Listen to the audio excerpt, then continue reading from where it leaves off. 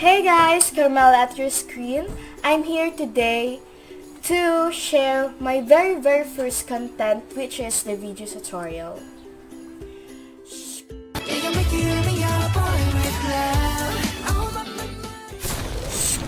So today, I will teach you on how to disassemble and assemble system unit.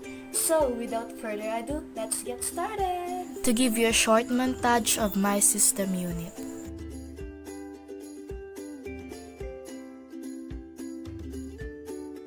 Sure that the system unit is not connected to electricity. Second, remove the case. Remove the case of the system unit.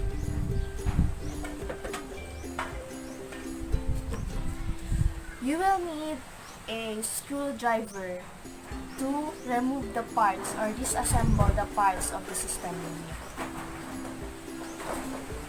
First thing to remove or disassemble in this system unit is to remove all the cords, wires connected to the motherboard.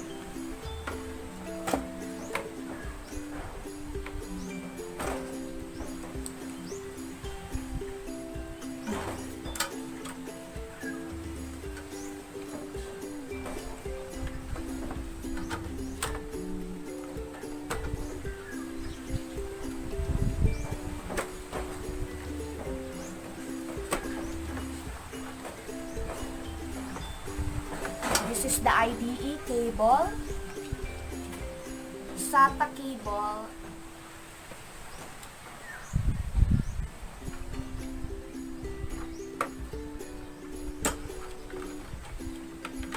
motherboard connector, power supply connector,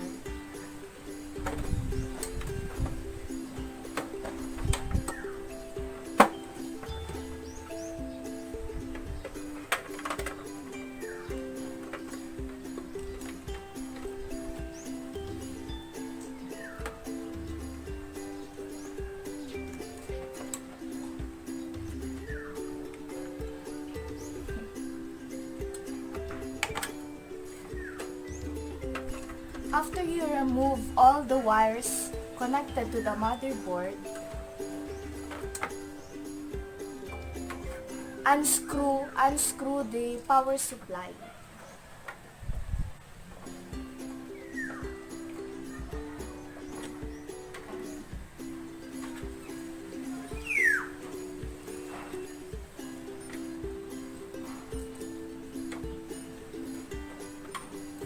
Remove the power supply. As you can see, all the wires are connected to the power supply unit. So this is the power supply.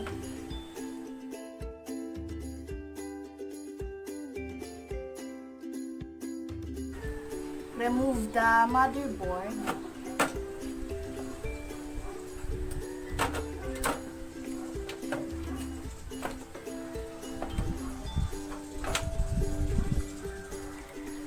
The motherboard. As you can see, this is the CPU or the central processing unit.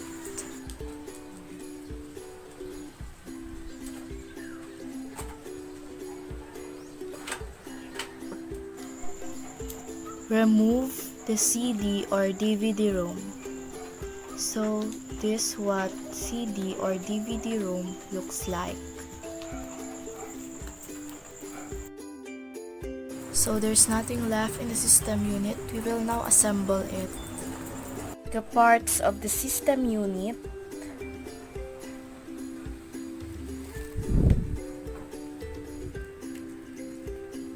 The IDE cable, SATA cable, motherboard. This is the RAM. This is the CPU. The north bridge and the south bridge. This is the battery.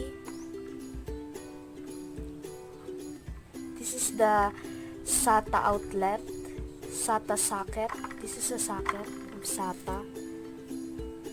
And this is the ports of a system unit.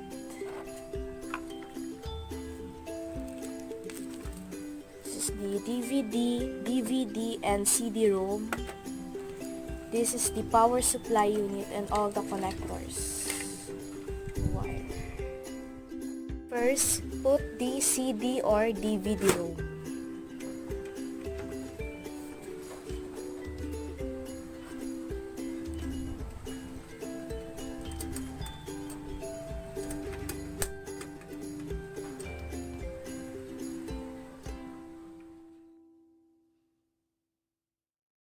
And put the motherboard.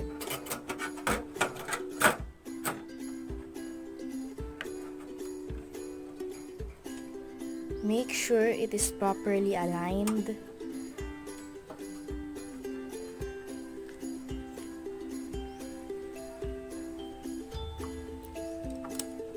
Then, secure it with a screw.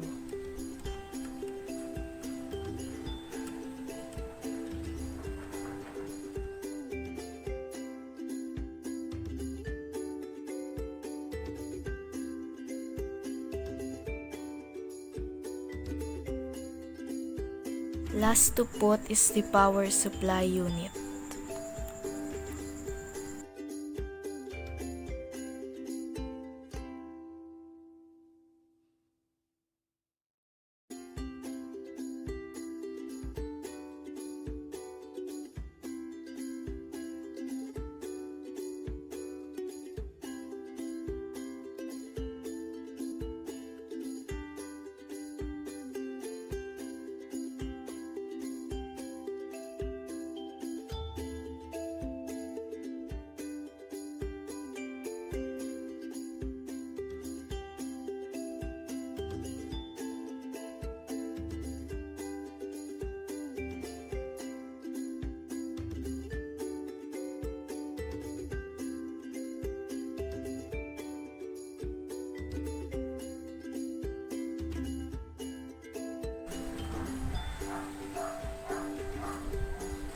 Then, connect all the connectors or the wires in the motherboard and the CD and DVD room.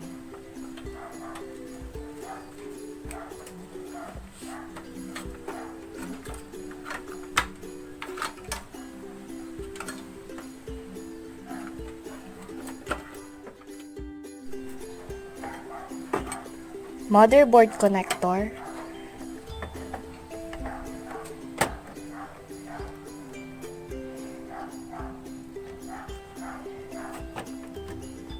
This is what you call the 24+1 pin connector. I just remember it when I was in grade 9.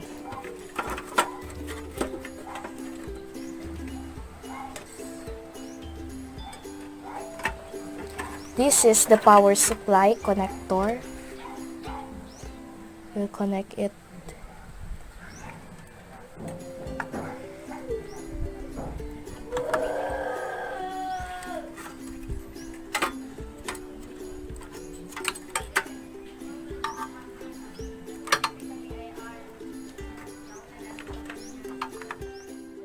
This is the what we so-called IDE cable. So we will put it here.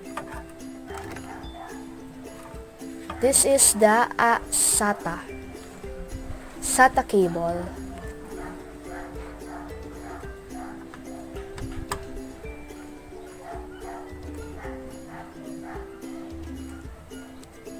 As you can see, the IDE cable are connected to the DVD-ROM, CD-ROM, and the motherboard.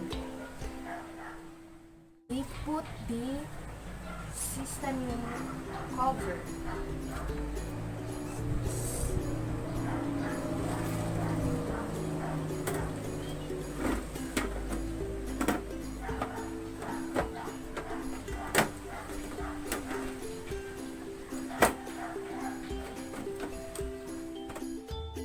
And we're all set.